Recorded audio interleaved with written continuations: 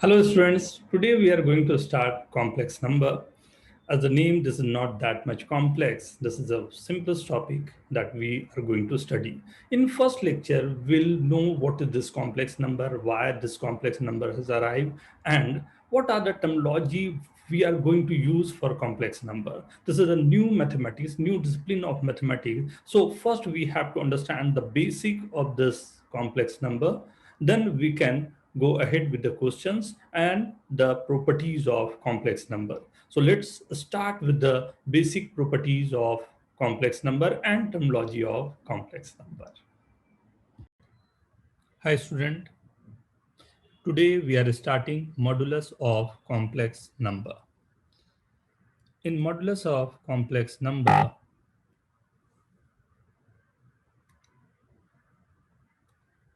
we are just start with the mod function. If complex number z is given as a plus ib, then modulus is denoted by two parallel lines bar of this object, right? And the value of mod z is a square plus b square is in the under root, or we can say real part of z the square plus imaginary part of z the square, right? Modulus is a length, so modulus this length is always positive or zero. Zero, it will be zero when we are taking a is equal to zero as well as b is equal to 0. If A and B both are 0, then mod z will be equals to 0. Or in a Cartesian form, we can understand this. If this is the real axis and imaginary axis, any point is given A, comma, B. A comma B is a point and this is origin. So distance of this origin, this z, represented as a plus ib, right? And this is the length a, this is the length b. So distance from origin will be known as mod z and represented as mod z is equal to a square plus b square from the origin. So we are using the distance formula to get the value of mod z. Now, if I have to find z1 is equal to 3 plus 4i, modulus of z1 will be 3 square plus 4 square under root of 25, we are getting 5. Now, we have to remember this concept always. Z1 greater than Z2 or Z2 greater than Z1 is not possible, right? We can't compare two complex number Z1 and Z2. Why? Because see, as I have shown there, let this is Z1 and the second coordinate is Z2. So we can't compare Z1 greater than Z2 or Z2 less than Z1 because these are not lengths, these are the coordinate. So we need the respective position of Z1 and Z2 from where we have to find the values. So Z1 greater than Z2, Z1 less than Z2 is not defined, but don't confuse with the mod. If mod Z1 is greater than mod Z2 is given, so this statement is true. This is saying that from origin, we are getting the value greater than, or from the origin, we are getting second value Z2 is in the mod. So mod Z1 greater than mod Z2 giving the distance formula. But only if I'm saying Z1 greater than Z2 or Z1 less than Z2, this is not true. Now, properties of modulus, right? So if we have taken few complex number as Z, Z1 and Z2, these are complex number. If mod z is equal to 0, we have already seen that means z is equal to 0 and this will be real part of z and imaginary part of z will be 0. Means if I'm saying z is equal to a plus ib, a and B, right? So A is the real part and B is the imaginary part. So if mod Z is equal to 0, means distance will be here only, this is 0, means both the point A and B must be at 0, right? Both the point will be equating with 0. Okay. Now, if we are saying like second property, mod Z, Z bar is in the mod and minus Z is in the mod. All the three values must be same. Z is A plus IB. We know this. Z bar is A minus IB and minus Z is nothing but minus A minus IB. But the distance of these 3 points from the origin will be always same. Like if I'm showing this in the coordinate axis, Z, and we know that this is Z bar and minus Z will be here. So this is origin 0, 0 is the point. This coordinate is A, B. This coordinate is A, minus B. And this is minus A, minus B. The coordinates are different, but from 0, 0, the distance from Z or Z bar or minus Z will be same. That is coming as under root of A square plus B square. All the three cases same. That's the reason we are saying mod Z is equal to mod of Z bar is equal to minus of Z is in the mod. All the three will be same, right? Case third, Z into Z bar is equal to mod Z square. Z into Z bar is equal to mod Z square. We know that if I'm writing Z as A plus IB, right, Z bar as A minus IB. So multiplying both this, I'm getting A square plus B square, right? So Z bar is equal to mod Z square. And this property for Z1 and Z2 is in the mod completely. So this will be mod Z1 and mod Z2. Similarly, if it is in the division, we can write this, but we have to remember these two formula. First, Z1 plus Z2 mod the square is mod Z1 square plus mod Z2 square plus real part of Z1 Z2 bar, right? And similarly, Z1 minus Z2 the whole square is in the mod Z1 square, mod Z2 square minus 2 real part of in this minus, it will contain the minus sign. With plus sign, it will contain the plus sign. How we are getting this? See. Z1 plus Z2 into Z1 bar plus Z2 bar. As we know the formula of mod of Z1 plus Z2 whole square, we can write something like this.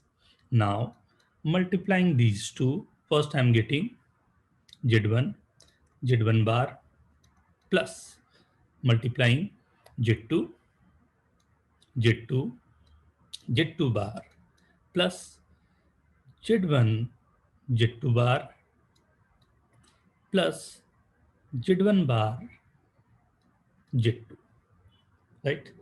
So first this Z1 bar is nothing but mod Z1 square. Z2 bar is mod Z2 square, right? This we are getting Z1 Z2 bar plus Z1 bar Z2, that we can write Z1 Z2 bar plus Z1 Z2 bar whole is in the bar, right? So if first is a complex number, I'm saying A plus IB, right? Second will be A minus IB because this is the bar of this. So IB will be cancelled out from this. So we are getting twice of real part of this. That's the reason the formula is written as twice of this. Similar in the case of Z1 minus Z2 mod square will be mod Z1 square plus mod Z2 square, and there will be minus sign for this because this will contain the minus sign in between. And if you'll add both the numbers directly, you are getting this formula. And in the most general case, we can use this formula as if I'm multiplying a magnitude A and B with Z1 and Z2 and B and A, the reverse with Z1 and Z2, then we are getting A square plus B square, it's common out, Z1 square plus Z2 square. Obviously, A and B must be R means real number.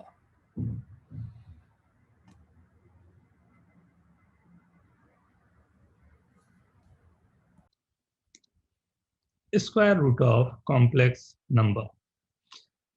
Let a plus ib be a complex number so that we have to find under root of a plus ib. Let we are saying after taking under root, we are getting x plus iy with plus minus sign, right? So if you will equate that terms and squaring both sides, so we know that we can equate the real term with real part and imaginary with imaginary part, right? Imaginary with imaginary part. So comparing this, we are getting x square minus y square as a and 2xy is b, right? So while solving this question, the basic formula we have to use like x square plus y square, the whole square is equal to, right? This x square minus y square, the whole square. And we have values, so we can put the value of x square plus y square and x square plus y square. Since x and y both are positive, so in under root we are not writing the minus sign because a and b are real. So you'll get the value of x square plus y square, and we have the value of x square minus y square. So adding this and subtracting both, we are getting x square and y square. Now x square, if you are writing x as this, and similarly, you are writing y as this with plus minus sign, but we have to be careful. Right? While writing the answer, we are getting 4 answer, but you have to be careful while writing the answer. What is the sign in between a plus ib? If there is a plus sign, so we have to go with the plus one, or with the minus sign, we have to go with the minus sign, right? Just take a look of this. Like if we have to find square root of 7 plus 24i, right? 7 plus 24i. This 7 plus 24i, we are assuming this as x plus iy, the whole square, right? Under root of this is equal to, or we are getting x square minus y square is equal to 7 and 2xy is equals to 24, right? From this, I can say this is x square plus y square, the whole square, is equal to x square minus y square, right? Plus 2xy, the whole square, 24 square, this is coming as 625. Or x square plus y square coming as 25. And x square minus y square was given as 7, right? So we have to solve about this. So 2x square, right? 32 by 2 is 16. So x I'm getting as plus or minus 4. And similarly, y I'm getting as plus or minus 3. So now, what is the answer for this, right? 7 plus 24i is in the under root. We have found this as plus minus 4 plus minus 3i. So how many answers are possible? Both plus, one plus, other minus, minus plus, or minus minus. 4 possibilities are there, right? But we have to find the term for 7 plus 24i. This plus sign is important in this case, because if we have To square this, we'll get the value as positive, but in the third one, we are not getting this one. But if both 4 and 3i having plus sign, so you'll get the middle term as 2xy, that will be the plus sign, or minus 4 minus 3i. Again, the square of this you'll get as the plus 1. So if there is a plus sign, so you'll get two answer, both plus or both minus. If there is a minus sign in between, then again you'll get two answer, right? Means for 7 minus 24i is in under root, the answer would be 4 minus 3i, right? This minus sign will help to deduce this will be plus or minus, right? Accordingly, we can say this, right? Now, one more example is there, right? X plus iy to the power 1 by 3 is given as a minus ib, then prove this. Very simple question, but the little bit calculation part is there that we can do easily, right? Cubing both sides and equating the real term with real and imaginary with imaginary, right? Real with real and imaginary with imaginary. So we can see that when we are dividing this by A and dividing this by B, we are getting a very good result on this, right? Only you have to add, your answer is there only. Okay, so the few things we have to remember, and squaring and cubing, or you have to give any power, then again we have to equate with the real and imaginary part, right? Now, polar form or Euler formula. This concept is very important while we have to solve the question with complex number. With the help of complex number, if we have to solve the equation, so you have to be careful with this. Mod z, we have already studied this. This was under root of x square plus y square. Like we are supposing this as r, right? Now, from this point, if you draw a perpendicular L on this, right? And this angle we are taking as theta, right? In this triangle. So we know that this would be the base, right? OL will be the base and this Y will be the perpendicular. And this theta is known as argument or amplitude of Z, right? So x is equal to r cos theta, or we can write x by r is equal to cos theta and y by r is equal to sin theta by Pythagoras, by simple formula. So we can convert our x and y coordinate in the polar form, right? X, y, we can write r cos theta, and y we can write r sin theta. So x plus I, y is r times cos theta plus I sin theta, right?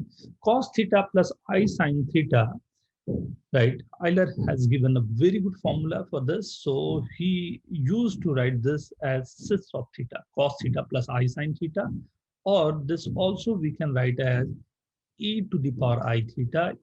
E is known as the Euler constant, right? Most of the people think that E is the name, right, after Euler, but no, there was no constant. Already they have used the formula for A, B, C, D.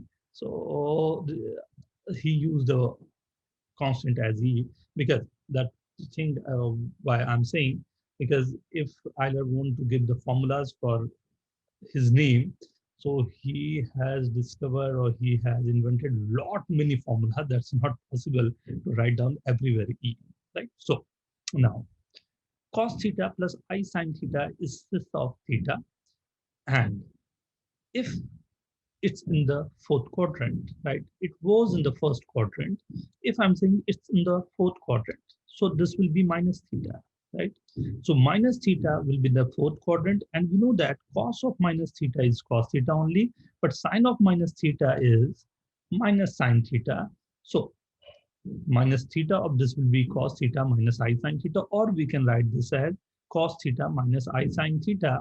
That's we can write as cis of minus theta, right? Or we can apply this because it's in the fourth quadrant, so y must be negative. That's the reason we can write minus y, And there is a formula for this, right? So what is the basic thumb rule for this? If we are writing x plus iy, right? This is the polar form r cos theta plus I sin theta, or r cis theta is the polar form. X plus I, y is equal to r cis theta, x minus I, y is equal to r cis minus theta, right? Or JID we can represent as r cis theta or JID bar, right? It's in the fourth quadrant, JID bar, right? Again in the fourth quadrant, and the conjugate of JID only, right?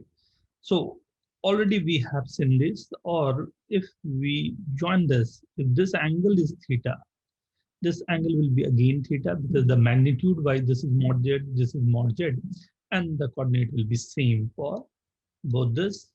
If we are taking x and y, so z bar will be x minus y, right? Or z will be x, y, right? So this is z bar and z. So angle for z bar is minus of theta, and with this will be, the z will be theta, right? So amplitude or argument of this will be theta, and but for z bar this will be minus theta. If we'll add both the terms, right, so theta theta cancel out, so this will theta theta both cancel out, so argument or amplitude of z plus z bar is coming as 0, right? One quantity is in the first quadrant and other in the fourth one, right? So now we can convert any complex number into the polar form, but we have to remember a few things, right? Z is a complex number and represented as, like, it's maybe in the first quadrant, or it may be in the second quadrant, it may be in the third quadrant or the fourth quadrant, right? First, we know that if it is in the first quadrant, right, both x and y will be positive, x negative, and the basic form, and positive and negative, right? So accordingly, we have to write down the angles on theta. So how we can represent this amplitude is the most important part there, right? So how we can represent this. In the first quadrant, if this angle is coming as alpha, so you have write down only alpha, right? How you'll get this alpha? So this will be tan inverse y by x. You have to use mod on this, right? This mod we are using, right? So make this both this positive, but we have to decide in which quadrant this will lie. So we have to rely on this concept. What is the concept? If x and y both are positive, this theta is equal to alpha, this must be in the first quadrant. In this case, right, x is negative, right? X is negative, but y is positive, right? X negative, y positive. So it must be in the second quadrant, right? Second quadrant 2.